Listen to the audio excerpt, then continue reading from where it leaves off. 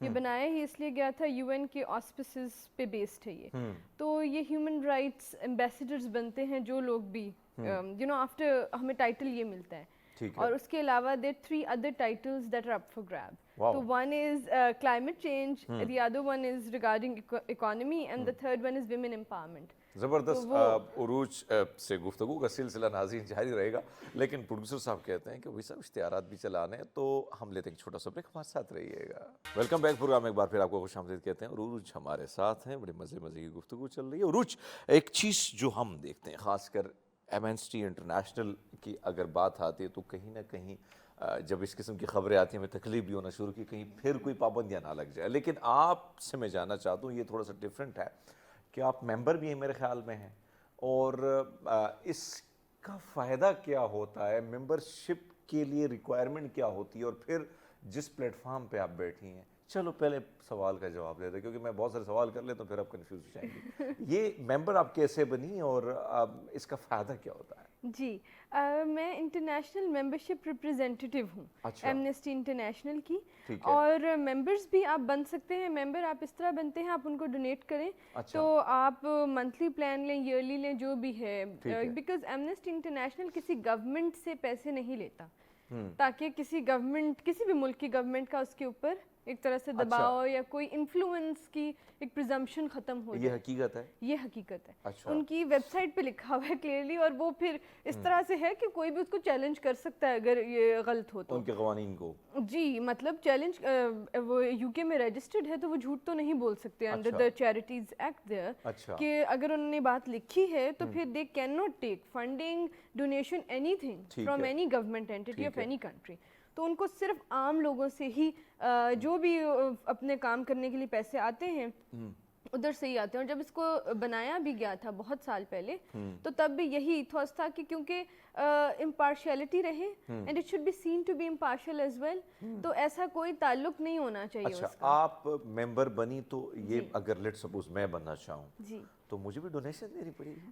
نہیں، مجھے ڈونیشن نہیں دینی پڑی تھی. اچھا، میں انٹرنیشنل ممبرشپ، میں صحافی ہوں نا، میں سوچتا رہتا ہوں کہ بھائی ڈونیشن بڑا مشکل ہوتا ہے. وکیل بھی ویسے اسی ہوتے ہیں ہماری طرح، تھوڑے پیٹی بھائی ہم، پولیس اور وکیل اور صحافی. اچھا، تو یہاں سے آپ نے مطلب لیٹ سپوز میں نے بننا ہے ممبر، تو طریقہ کار کیا ہوگا؟ جی اگر آپ نے انٹرنیشنل ممبرشپ ریپرزینٹیو بننا ہے، جو کہ میں ہوں، تو وہ آپ اس طرح سے بنیں گے کہ اگین یہ مجھ سے کافی لوگوں نے پوچھا کس طرح بنتے ہیں. میں نے کہا میرے ساتھ یہ چیز ہوئی بیکاز مجھے ان کی ایک دن ای میل آ گئی کہ آپ کوالیفائی کرتی ہیں to be an international membership representative, اور آپ یہ اتنا بڑا پرفارمر. اس میں سونیا کا ہاتھ تو نہیں تھا؟ نہیں، دھیان سے سنیے، سونیا کا ہاتھ نہیں تھا اس میں. اچھا، تب تک وہ مجھے ملی نہیں تھی، یہ بات کی بات ہے. تو وہ اس سے پہلے جب وہ آیا تو اس کے اندر کوئی اچھے خاصے کوئی 20-30 پیجز تھے جن کو فل کرنا تھا. تو سیلف نامینیشن تھی. تو میں نے کہا ٹھیک ہے، شوق میں کر لیتے ہیں. میں نے کہا مجھے لگتا نہیں تھا کہ مجھے رکھیں گے. میں نے کہا جی، انہیں تو پتہ چلے گا اچھا یہ بچی سی ہے، اور یہ تو وہ کہیں گے اچھا کام کر رہی ہیں، آگے کرتی رہے، بعد میں انشاءاللہ بعد میں دیکھ لیں گے جب تھوڑے سے بال سفید ہو جائیں. جی. تو پھر انہوں نے جب انٹرویوز ہوئے، پہلا فرسٹ راؤنڈ ہوا، پھر سیکنڈ ہوا، وہ 3 رکھتے ہیں ٹھیک ہے فرام دا ورلڈ، اور اس سال انہوں نے 5 رکھے. اچھا، جن کا انٹرویو لیا ان سب کو رکھ لیا. تو آئی ریمبر انہوں نے پھر یہ بات بولی کہ ہمارے لیے بہت مشکل تھا چوز کرنا آپ لوگوں کہ کون کس کو اٹھائیں. ہاں جی، اس کو اٹھائیں، اس کو اٹھا لیا جائے، کس کو اٹھا، لیکن آپ کو اٹھا لیا. اللہ کرے کہ آپ کو اسی طرح وہ رکھیں. اور ایک اور چیز، جو آپ بیٹھی ہیں ایز اے فیمیل، آپ کام کر رہی ہیں، خاص کر آپ کی جو سوچ ہے مجھے بڑی پسند آئی کہ ہیومن رائٹس کے حوالے سے ہو. دیگر والی سوچ بھی مجھے بڑی اچھی لگی، کیونکہ پیٹ کا معاملہ بھی چلانا ہوتا ہے. ہاں، تو اس پر بھی آپ کی بڑی کڑی نظر ہے. دھیان سے دیکھیے اس معصوم سے چہرے کو، وہ ہندوستانی سے کہتے ہیں نا، دھیان سے دیکھیے. دھیان سے دیکھیے. اچھا، ایک اور چیز، خاص جس پلیٹ فارم پہ آپ بیٹھی ہیں، خواتین کے لیے کتنا اس کا فائدہ ہے، کیا کر سکتی ہیں آپ؟ جس طریقے سے وائلیشن ہمارے ہاں ہو رہی ہے، اور انفارچونیٹلی جس طریقے سے ہم نے دیکھی ہے، اور خواتین کے ساتھ جو کچھ ہوا، اور جو چیزیں باہر دنیا میں مانیٹر بھی ہو رہی ہیں، اس کے حوالے سے آپ کیا رول اپنا پلے کر سکتی ہیں اور کر رہی ہیں؟ جی سب سے پہلے تو میں یہ کہنا چاہوں گی پاکستان کی خواتین کو کہ اپنے آپ کو کمزور مت سمجھیں. پاکستان میں ابراڈ بھی میک یور کنٹری پراؤڈ، اور اس طرح کی جتنی آرگنائزیشنز ہیں ان کے ساتھ جڑیں گے تو آپ کو ایکسپوجر بھی ہوگا اور اب دنیا میں تبدیلی لائیں گے، نہ کہ صرف اپنے ملک میں. اب جس طرح ایمنیسٹی ہے، مجھے یاد ہے کہ کشمیر میں جب پیلٹ گنز کا استعمال ہو رہا تھا تو Amnesty is famous for its research. یہ ریسرچ بڑی اچھی کرتے ہیں اور اس ریپیوٹیڈ ہوتی ہے، اس پہ ریلائے UN بھی کرتا ہے. تو یعنی مطلب امپارشل اس لحاظ سے ریسرچ بیسڈ ہوتا ہے. ایکٹیویزم بھی ہے. فار انسٹنس میں تو ایک ایکٹیوسٹ ہوں، ان کے ریسرچرز آن گراؤنڈ جاتے ہیں تو وہ آن گراؤنڈ جا کے اگر کشمیر میں دیکھیں کچھ ہو رہا ہے تو UN اسپیشل ریپورٹر کے ساتھ بھی دے میک دس ایفرٹ کہ کنیکٹڈ رہیں اور جو ان کی فائنڈنگز ہیں شیئر کریں تاکہ انویسٹیگیٹ ہو سکیں کہ اگر کرائمز ہو رہے ہیں کہیں ایک پاپولیشن کے خلاف.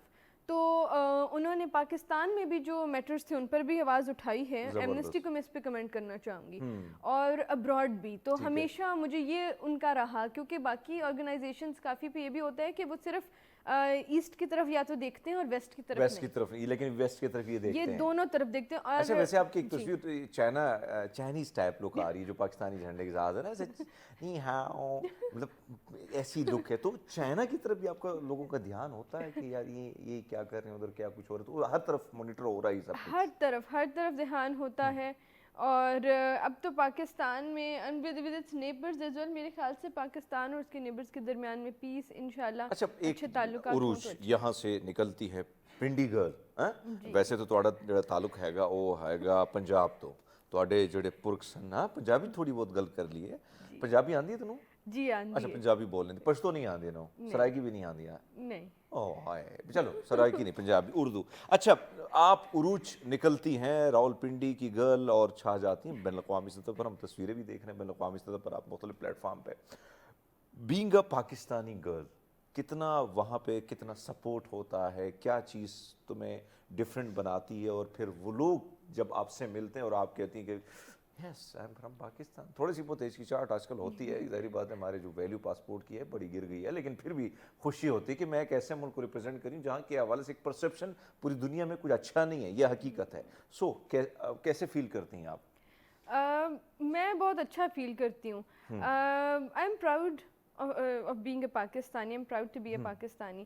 تو میرے لیے بڑا موونگ ہوتا ہے اور مجھے یہ بھی اچھا لگتا ہے میں لوگوں کی مسکنسیپشنز جب دور کرتی ہوں. کیونکہ جب بھی میں بولتی تھی، اب دیکھیے مجھے ویمن امپاورمنٹ کا ایمبیسڈر کا ایوارڈ ملا اور پاکستان سے، اور دیکھیے دنیا کے انگلینڈ بھی تھا، امریکہ بھی تھا، ادھر سب ڈیلیگیٹس تھے، انہوں نے بھی پارٹیسپیٹ کیا لیکن انہوں نے مجھے سلیکٹ کیا فار دس. اور آئی ریممبر کہ جب میں نے انہیں پاکستان کا کلائمیٹ پہ جو کام ہے، کلائمیٹ چینج کو کرب کرنے کے لیے، اس کے بارے میں بتایا کہ ہم نے کتنی ٹریز پلانٹ کی ہیں. اینڈ آئی تھنک ایک مینگروو فارسٹ بھی کراچی میں ایک زمانے میں گرو کیا گیا تھا. تو دے ور سرپرائزڈ. اور پھر انہوں نے جب یہ کہا کہ ہمیں پاکستان سے سیکھنا چاہیے، سارے ملک سیکھ سکتے ہیں، تو جو میری فیلنگ تھی اس ٹائم پہ میری آتما کو شانتی ملی. اور انہوں نے پھر مجھے جو باقی ڈیلیگیٹس تھیں کنٹریز کی، انہوں نے مجھے کہا کہ you are a dark horse. تو یعنی کہ وہ جو گھوڑا ریس میں پیچھے ہوتا ہے پھر آگے نکل جاتا ہے، انہوں نے کہا you are a dark horse, تو ہم تم سے ڈرتے ہیں کہ تمہارا کوئی پتہ نہیں کیا بولو اور کہاں سے کہاں پہنچ جاؤ، تو ہم ڈرتے ہیں. اچھا عروج جو ہے، آپ جس طرح خواتین کو دیکھتی ہیں اور خاص کر خواتین کے رول کو دیکھتی ہیں، کتنا ضروری، اگر ہم آس پڑوس میں دیکھیں، ایون بنگلہ دیش میں دیکھیں، سری لنکا میں دیکھیں، ہمیں ہر پلیٹ فارم پہ بڑی خواتین کی بڑی تعداد نظر آتی ہے. پاکستان میں اس وقت بھی کتنی آپ سمجھتی ہیں کہ اویئرنیس کی کتنی ضرورت ہے، خواتین کو آگے آنے کی کتنی ضرورت ہے، اور خاص کر مرد حضرات کو ان کو سپورٹ کرنے کی کتنی ضرورت ہے؟ بہت زیادہ.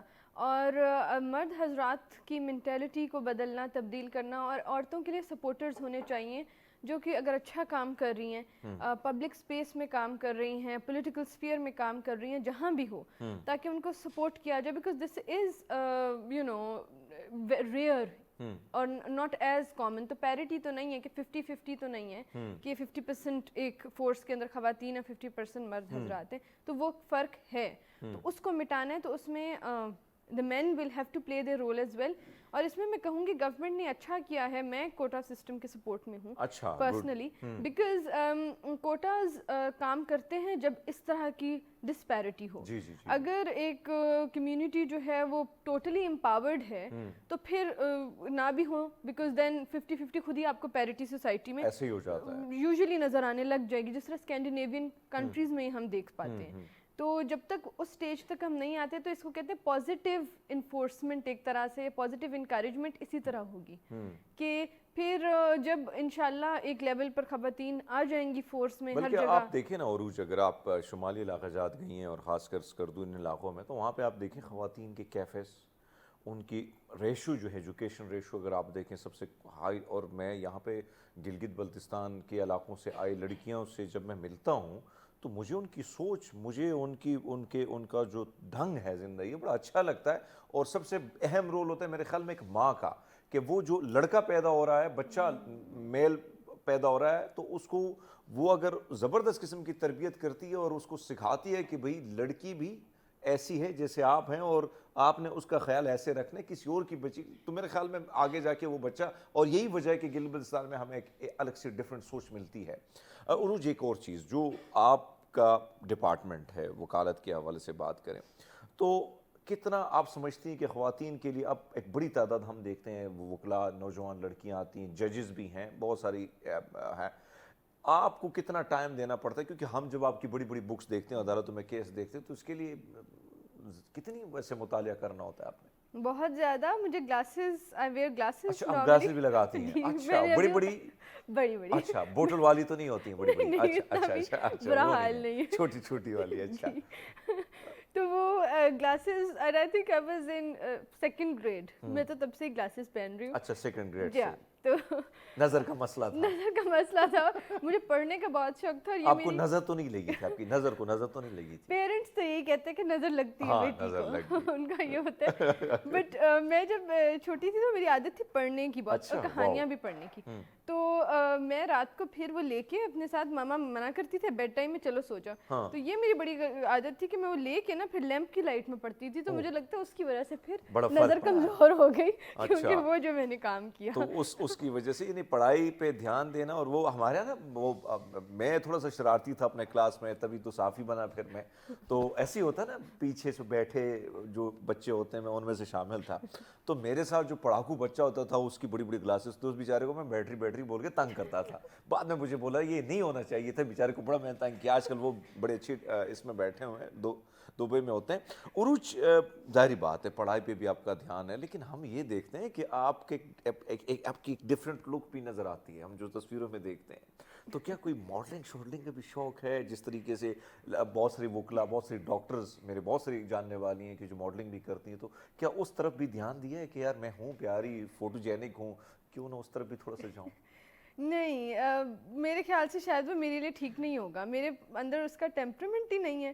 تو I am a but of a nerd, تو مجھے پڑھنے کا بڑا دھیان ہے. عروج, جاتے جاتے کیا پیغام ہمارے لوگوں کو, ناظرین کو دیں گی, خاص کر خواتین فیمیلز جو ہیں؟ My message to you would be کہ be strong, be proud as a Pakistani, اور پاکستان کا نام روشن کرنے کے لیے جو بھی آپ اپنی کیپیسٹی میں کر سکتے ہیں کریں. اور to the women I would like to say کہ education first, everything else later. سب سے پہلے پڑھائی پر توجہ ہونی چاہیے, اور وہی ایک ٹکٹ ہے جو آپ کو بلندیوں تک پہنچائے گا انشاءاللہ. بڑی خوبصورت بات کی عروج نے, اور زبردست کہ بھئی اگر آپ تعلیم حاصل کرتے ہیں تو یقیناً اس منزل, جس منزل کا خواب آپ نے دیکھا ہوتا ہے, جس منزل کے بارے میں آپ نے سوچا ہوتا ہے, اور جس راہ پر آپ گامزن ہوتے ہیں اور اس منزل کی طرف اور بڑھتے ہیں, تو پھر تعلیم ہی وہ راستہ بنتا ہے اس منزل تک پہنچانے کے لیے. ناظرین, لیتے ہیں ایک چھوٹا سا بریک, ہمارے ساتھ رہیے گا. ویلکم بیک پروگرام, ایک بار پھر آپ کو خوش آمدید کہتے ہیں. ناظرین, نوجوانوں کے کردار کے حوالے سے اگر ہم بات کریں تو اس میں کوئی شک نہیں کہ ملک کی معیشت ہو, ملک کی سیاست ہو, ملک کا جو بھی ادارہ ہو, اگر ہم پاکستان کی بات کریں تو نوجوانوں کی ایک بہت بڑی تعداد, ہمارے ممالک میں ہمارا شمار ہوتا ہے جس میں سب سے زیادہ تعداد جو ہے وہ ینگ جنریشن کی ہے. اور اگر میں سمجھتا ہوں, سوچتا بھی رہتا ہوں کہ اگر یہ جنریشن کسی اور ملک کے پاس ہوتی تو یقیناً آج ترقی کے نئے منازل جو ہے وہ طے کرتا. لیکن انفارچونیٹلی بہت سارے مسائل ہیں، اور نوجوان اس وقت نوجوانوں سے جب ہم ملتے ہیں تو بہت ساری ایک مایوسی بھی ہمیں نظر آتی ہے۔ اسی پر بات کرنے کے لیے ہمارے ساتھ اسٹوڈیو میں موجود ہیں محمد افضل جویا، جو کہ ایڈوکیٹ ہیں اسلام آباد ہائی کورٹ کے، اور اس وقت ہمارے ساتھ اسٹوڈیو میں۔ افضل صاحب بہت شکریہ آپ کا، لائیو کوچ بھی ہیں آپ ہیں اور موٹیویشنل اسپیکر بھی ہیں آپ۔ نوجوانوں کی جب بات آتی ہے ہم بڑے خوش ہوتے ہیں، ایکسائٹڈ ہوتے ہیں کہ بھئی صاحب ہمارے پاس ایک بڑی تعداد ہے نوجوانوں کی۔ نوجوانوں کی تعداد ہونے کے باوجود ایک نوجوانوں میں جو مایوسی ہے، کیسے اس کو دور کیا جائے؟ بسم اللہ الرحمن الرحیم۔ سردار صاحب، سب سے پہلے تو میں آپ کا اور سچ ٹیم کا مشکور ہوں کہ جنہوں نے اپنے اس پروگرام میں، ایک خوبصورت پروگرام میں مجھے انوائٹ کیا۔ شکریہ جی۔ یہاں میں علامہ اقبال رحمۃ اللہ علیہ کا ایک شعر جو ہے وہ کوٹ کر رہا ہوں۔ نہیں ہے نا امید، نہیں ہے نا امید اقبال اپنی کشت ویراں سے، نہیں ہے نا امید اقبال اپنی کشت ویراں سے، ذرا نم ہو تو یہ مٹی بڑی زرخیز ہے ساقی۔ زبردست۔ ہمارا جو نوجوان ہے وہ کچھ کرنا چاہتا ہے اس ملک کی خاطر، پاکستان کے لیے۔ وہ انقلابی ذہنیت رکھتا ہے، ایسے ہی ہے۔ اب یہ ہم پہ ڈیپینڈ کرتا ہے، ہماری ریاست پہ ڈیپینڈ کرتا ہے، ہماری گورنمنٹ پہ ڈیپینڈ کرتا ہے کہ ہم نے اس نوجوان کو مایوسی کے اندھیروں سے نکالنا ہے۔ بہترین۔ جب وہ نوجوان، جب وہ طالب علم مایوسی سے نکلے گا تو اس ملک کے لیے، اس قوم کے لیے کچھ کر گزرے گا، اور میں کہہ رہا ہوں کہ انشاءاللہ وہی نوجوان اس ملک میں انقلاب لے کے آئے گا۔ انقلاب لے کے آئے، لیکن بات وہی ہے، انقلاب، وہ ساری چیزیں ہم جو نئے نوجوان کو دیکھتے ہیں، ریزسٹنٹ اس کے دماغ میں پائی جاتی ہے، اور جس طریقے سے اس سارے سسٹم کو اگر ہم دیکھیں، اس وقت ایک نکیل بھی ڈالی ہوئی ہے سسٹم، پورا سسٹم۔ اگر ہم حکومت کی بات کریں، جس طریقے سے ہم دیکھ رہے ہیں کہ یعنی اب آئی ٹی کی اگر ہم بات کریں تو آئی ٹی سیکٹر میں ہمارے پاس ایک وقت تھا کہ ہم 2022 کا ٹائم مجھے یاد ہے کہ ہمارے بہت سارے نوجوان اپنی صلاحیتوں کا لوہا منوا رہے تھے، ہم آن لائن بزنس میں جا رہے تھے، ہم امیزون پہ جا رہے تھے، دنیا میں آئی ٹی ایکسپورٹ کے حوالے سے ہم بڑے اچھی پوزیشن پہ تھے۔ لیکن اچانک جو صورتحال اس وقت نظر آ رہی ہے، انٹرنیٹ نہ ہونے کے برابر ہے، پھر آپ کو پتہ ہے کہ جس طریقے سے قدغنیں، پابندیاں، اس ساری صورتحال میں اگر یہ صورتحال رہتی ہے تو جو نوجوانوں سے ہم ملتے ہیں کہیں نہ کہیں ایک دکھ، ایک تکلیف ان میں پائی جاتی ہے کہ بھئی مستقبل روشن نظر نہیں آ رہا ہے۔ کیا لیڈرشپ کو کیا کرنا چاہیے کہ کم سے کم یہ نوجوان مایوس نہ ہو، اور یہاں سے کیونکہ جس طریقے سے ہم نے 2024 میں جو رپورٹ آئی اس میں تقریباً 9 لاکھ نوجوان آپ کے ابھی گئے ہیں، ریسنٹلی تقریباً گئے، 63 لاکھ لوگ کینیڈا، امریکہ، یو کے، آسٹریلیا۔ اور اب دیکھیں کہ کسی بھی آپ آفس میں جائیں تو نوجوانوں کی آپ یقین کریں کہ جو باہر جانے کے لیے جو تیار ہیں ان کی لائنیں لگی ہوئی ہیں۔ ایسا کبھی 2 3 4 سالوں میں جو ہم دیکھ رہے ہیں، ایسا پہلے کبھی بھی نظر نہیں آیا۔ اگر وہی نوجوان، اسی نوجوان کو ہم پاکستان میں، اپنے ملک میں روزگار کے مواقع دیں، انہیں اپرچونٹیز دیں، ان کو ہم فیسیلیٹیٹ کریں، تو میرا نہیں خیال کہ وہ نوجوان اپنا ملک چھوڑ کے کسی دوسرے ملک میں جائے گا، ادھر وہ روزگار کی تلاش میں ہوگا۔ بھئی جو نوجوان ادھر جا کے، آپ دیکھیں کہ اسٹوڈنٹ بھی ہیں، وہ وہاں پر سٹڈی بھی جاری رکھتے ہیں اور ساتھ میں وہ پارٹ ٹائم جاب بھی کرتے ہیں۔ بالکل۔ اب اگر وہی اسٹوڈنٹ، وہی نوجوان جو ادھر 20 گھنٹے کام کرتا ہے، اگر ادھر ہم اپنے ملک میں ان کو اپرچونٹیز دیں گے، وہی کام ادھر کرے گا، تو کیا ہمارے ملک میں انقلاب نہیں آ جائے گا؟ بالکل، ہر ادارے میں، ہر ڈپارٹمنٹ میں انقلاب۔ اور سردار صاحب جو آپ بات کر رہے ہیں، ایک آئی ٹی کی نہیں بات کر رہا میں، آپ میڈیکل میں دیکھ لیں، یس، ہر فیلڈ میں خلا ہے، اور وہ جو خلا ہے وہ نوجوان کی انٹری سے ہی پر ہوگا۔ ہم دیکھتے ہیں افضل صاحب، اگر ہم پاکستان، کیونکہ ابھی کچھ دن بعد پھر ہم نے 14 اگست ہی منانا ہے، لیکن جس خواب، جس ریاست کی بنیاد جناح صاحب نے رکھی تھی، اور اس ریاست کی اگر ہم بات کریں یعنی نوجوانوں کا ایک بہت اہم رول تھا اور نوجوانوں نے جنگ آزادی میں ایک اہم رول نبھایا، اور پھر اس کے بعد ہم نے شانہ بشانہ جس طریقے سے اس آزادی کی جنگ میں نوجوانوں کو دیکھا، جناح صاحب کے ویژن کے مطابق، جناح صاحب کے اس وقت کی جو تقریریں ہم نکالتے تو اس میں کوئی شک نہیں بڑا اہم رول تھا. اسی پہ بات کریں گے، لیکن لیتے ایک چھوٹا سا بریک. ناظرین چھوٹا سا بریک لیتے ہیں، آپ کے خدمت میں دوبارہ حاضر ہوتے ہیں، ہمارے ساتھ رہیے گا. پورا میں ایک بار پھر آپ کو خوش آمدید کہتے ہیں. جویا صاحب، جو سوال میں نے آپ کے سامنے رکھا کہ ایک اہم رول، اور آج نوجوان کا جو رول ہے جس سے ہم فائدہ اٹھا سکتے تھے نہیں اٹھا رہے ہیں، سو کتنا نقصان آپ دیکھتے ہیں اس کا ہوگا اگر اسی طرح برین ڈرین ہوگا؟ اور پھر آپ کو پتہ ہے کہ باہر دنیا آپ کو وہ نوجوان آپ سے لے کے جا رہی ہے جو دماغ ہے آپ کا، جو جس میں کوئی صلاحیت ہے، جس میں اسکل ہے، وہ لے کے جا رہی ہے جو اس سوسائٹی کی کریم ہے. یس. آپ ڈاکٹر دیکھ لیں، انجینئر دیکھ لیں، ماہر معاشیات دیکھ لیں، ماہر قانون دیکھ لیں، ہمیں ہمارے ملک کو ان کی ضرورت ہے. لیکن وہ لوگ یہاں کام کرنے کے لیے تیار نہیں ہیں، وہ اپنی سروسز اس ملک کو دینے کے لیے تیار نہیں ہیں. وہ کیوں نہیں ہے؟ کہ یہاں پر بے روزگاری ہے، یہاں پر ان کو اپرچونٹیز نہیں دی جا رہی، ٹھیک، جو ان کو فیسیلیٹیٹ کرنا ہے وہ نہیں کیا جا رہا. وہ مجبور ہے جانے کے لیے. ظاہر ہے کہ انہوں نے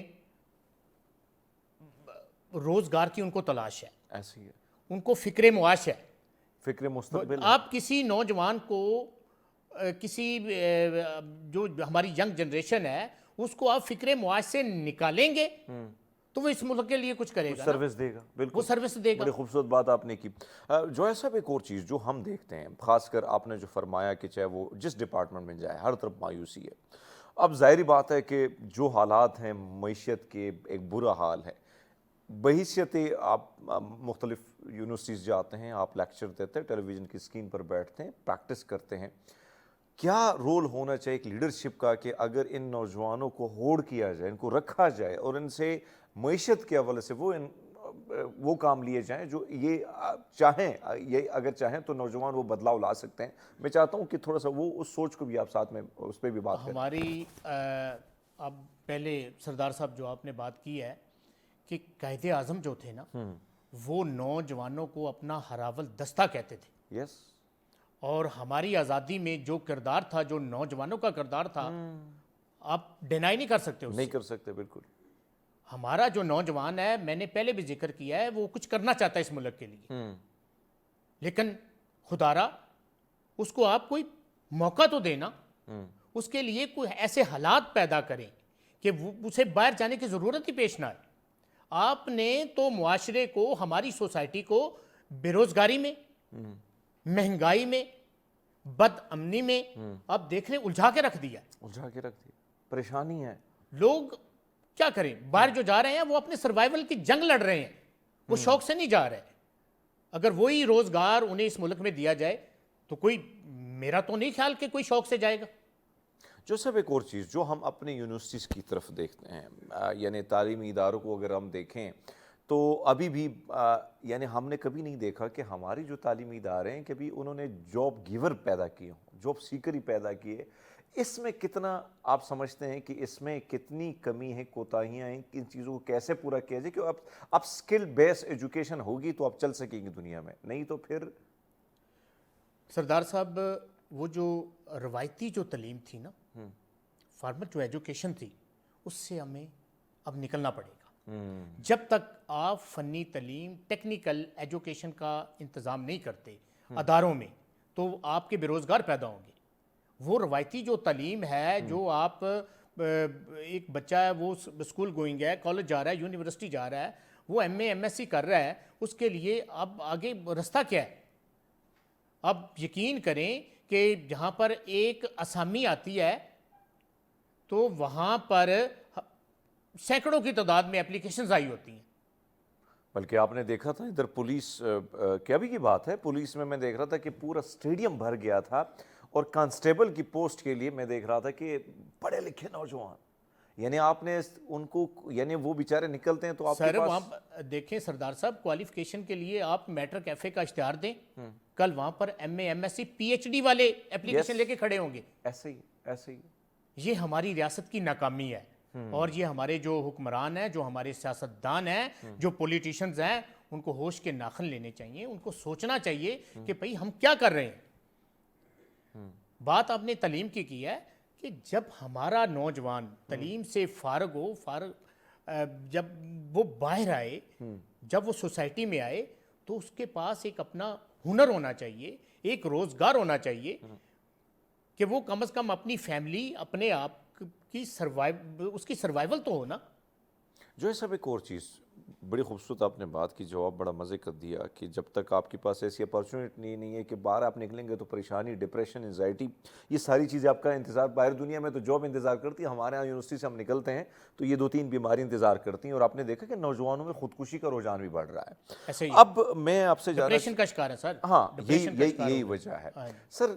اگر ہم دیکھیں اس وقت جو روزگار کی سچویشن ہے، جو ملک کی معیشت کی صورتحال ہے، ایجوکیشن کی اگر ہم بات کریں، دنیا میں ایجوکیشن کے باقاعدہ تعلیم کے لیے لون بھی دیے جاتے ہیں، اسکالرشپس بھی دی جاتی ہیں، اور تعلیم اتنی مہنگی نہیں ہے جتنے ہمارے یہاں۔ آپ سیمسٹر، پرسوں ایک نوجوان میرے پاس آئے، کہتے ہیں میرے پاس سیمسٹر کے پیسے نہیں ہیں، کہاں سے لے کے آؤں؟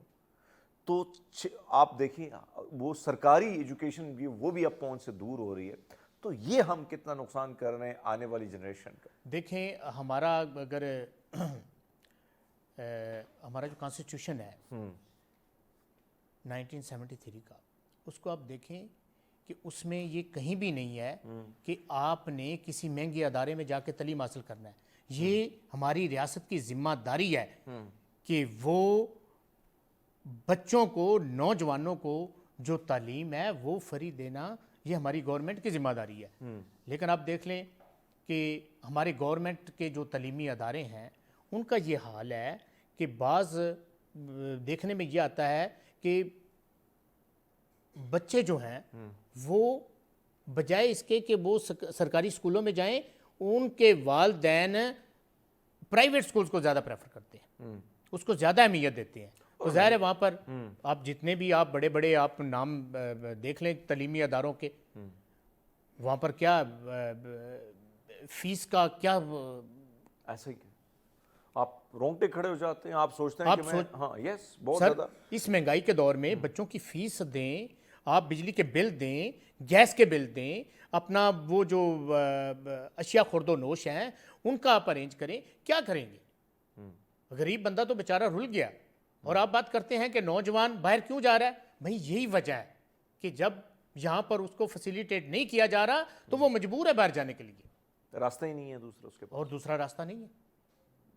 یہ ہماری ریاست کی ذمہ داری ہے کہ تعلیمی اداروں میں ان کے لیے ایسی فنی ایجوکیشن جو ہے، ٹیکنیکل ایجوکیشن جو ہے، جو اس کا ارینج کیا جائے، تاکہ جیسے ہی بچہ آپ کا matric, F A, B S C, B A, M A, M S C میں تک جائے، وہ بچہ آپ کا، اس کو یہ ٹینشن نہ ہو کہ میں نے جا کے اپنی ڈگریاں ہاتھ میں پکڑنی ہیں اور اداروں میں جانا ہے اور میں نے جناب دھکے کھانے ہیں۔ وہ باہر جائے، اس کو پتہ چلے کہ وہ ایک باروزگار انسان ہو، یہ نہیں کہ وہ بے روزگار ہو اور وہ پھر اپلیکیشنز دے رہا ہو اداروں میں۔ ہاں مختلف اداروں میں بندہ ایک طرف آپ پہ اتنا برڈن ہو، بوجھ ہو، پھر آپ ایجوکیشن کے لیے آپ نے اتنا کچھ لون اٹھایا، بہت سارے نوجوان ہوتے ہیں۔ ہمارا نوجوان سردار صاحب کرنا چاہتا ہے، ہمارا نوجوان جو ہے نا، آپ یقین کریں کہ یہاں پر بہت زیادہ سکوپ ہے۔ اگر آپ نوجوان کو ایک اچھی ایجوکیشن دیں گے، اس کو ایک اچھا انوائرمنٹ دیں گے، تو میرا نہیں خیال کہ وہ نوجوان باہر جو جائے ایسا گا۔ آپ نہیں سمجھتے ہیں اسی کہ لیے آج کل کے حالات میں، یعنی میں نوجوانوں سے ملتا ہوں، آپ ملتے ہیں، جو چیز ہم ان میں ایک سپارک جسے کہتے ہیں وہ دیکھتے ہیں، اور جو ان کی سوچ ہے، یعنی صرف میں سمجھتا ہوں، یہ میرا مشورہ ہے کہ اگر آپ انٹرنیٹ ان کو دے دیں، جس طریقے سے اب میں کل این ڈرائیو والے کے ساتھ آ رہا تھا، وہ اتنا پریشان تھا کہ یہ 15-20 دن ہو گئے ہمارا انٹرنیٹ نہ ہونے کے برابر، جس کی وجہ سے ہمیں پورا دن جس طریقے سے ہم روزگار ہمیں ملتا تھا، یعنی جو پیسے ملتے تھے دیہڑی پورے دن کی، اب وہ بھی نہیں مل رہی ہے۔ تو آپ نہیں سمجھتے کہ یہ اگر انٹرنیٹ کی سہولت صرف ہم دے دیں تو یہ نوجوان آن لائن پر دنیا سے کنیکٹ ہو کے بہت کچھ کر سکتے ہیں؟ دیکھیں آپ کے ملک میں اگر انٹرنیٹ کی سہولت ہے تو کم از کم وہ جو سہولت موجود ہے اس کو تو اس پہ تو پابندیاں نہ لگائیں، اس پہ پابندیاں نہ لگائیں بلکہ اس کو اپ گریڈ کریں. اب زیادہ جو تعلیمی ادارے ہیں ان کے بچوں کا اسٹوڈنٹ کا دیکھیں کہ ان کی کلاسز جو ہیں وہ آن لائن ہوتی ہیں. تو آپ دور نہ جائیں. میں اگر اپنے گھر کی اپنی فیملی کی بات کروں، اپنے بچوں کی بات کروں تو بعض اوقات وہ آن لائن کلاسز ہو رہی ہوتی ہیں ان کی اور گھر میں وہ سگنل نہیں آ رہے ہوتے. ان کی کمپلین ہوتی ہے کہ پاپا سگنل نہیں آ رہے، وہ بیٹھے ہوتے ہیں تو ٹائم ویسٹ ہو رہا ہوتا ہے. بالکل ٹائم ویسٹ ہوتا ہے. افضل صاحب جو باتیں آپ فرما رہے ہیں اور جو چیزیں ہیں یقیناً تکلیف بھی ہے، دکھ بھی ہے، اور جو چیزیں ہمیں نظر آ رہی ہیں اس میں دکھ اس بات کا ہے کہ ریاست کس ڈگر کو یہ جو حکمران طبقہ ہے چلانا چاہ رہے ہیں. لیکن بہرحال چونکہ وقت کم ہے، ہم چاہتے ہیں کہ نوجوانوں کے ہاں ظاہری بات ہے آپ کو بہت سارے لوگ دیکھ رہے ہیں اس وقت، تو ایک اچھا سا پیغام بھی آپ ان کو دیں. نوجوانوں کے لیے میرا پیغام ہے کہ علامہ اقبال کا جیسے وہ شعر بھی میں ادھر آپ کو سناتا جاؤں کہ عقابی روح جب بیدار ہوتی ہے جوانوں میں، عقابی روح جب بیدار ہوتی ہے جوانوں میں، نظر آتی ہے ان کو اپنی منزل آسمانوں میں. ہمارے نوجوانوں کو مایوس نہیں ہونا چاہیے. حالات جیسے بھی ہوں ہم نے ان حالات کا ڈٹ کے مقابلہ کرنا ہے اور ان حالات کا مقابلہ کرتے ہوئے ہی ہم نے اس ملک میں انقلاب لے کے آنا ہے. بہت شکریہ. محمد افضل جو ہے صاحب ہمارے ساتھ تھے، ان کی گفتگو آپ نے ملاحظہ فرمائی. ناظرین ہم لیتے ایک چھوٹا سا بریک، ہمارے ساتھ رہیے گا. ویلکم بیک پروگرام میں ایک بار پھر آپ کو خوش آمدید کہتے ہیں. ناظرین اگر ہم بات کریں اس وقت چاہے بارشوں کے حوالے سے، جب ہم سوچتے رہتے ہیں کہ کچھ علاقے ایسے تھے کہ وہاں پہ زبردست قسم کی بارشیں بھی ہوا کرتی تھی، وہاں پہ موسم بھی بڑا اچھا ہوتا تھا، لیکن اچانک وہاں پہ تبدیلی آنا شروع ہو گئی اور کچھ ایسے اثرات ہمارے سامنے ہیں جس کی وجہ سے بہت سے لوگ پریشان بھی ہیں، بیماری بھی بہت ساری بڑھ رہی ہیں.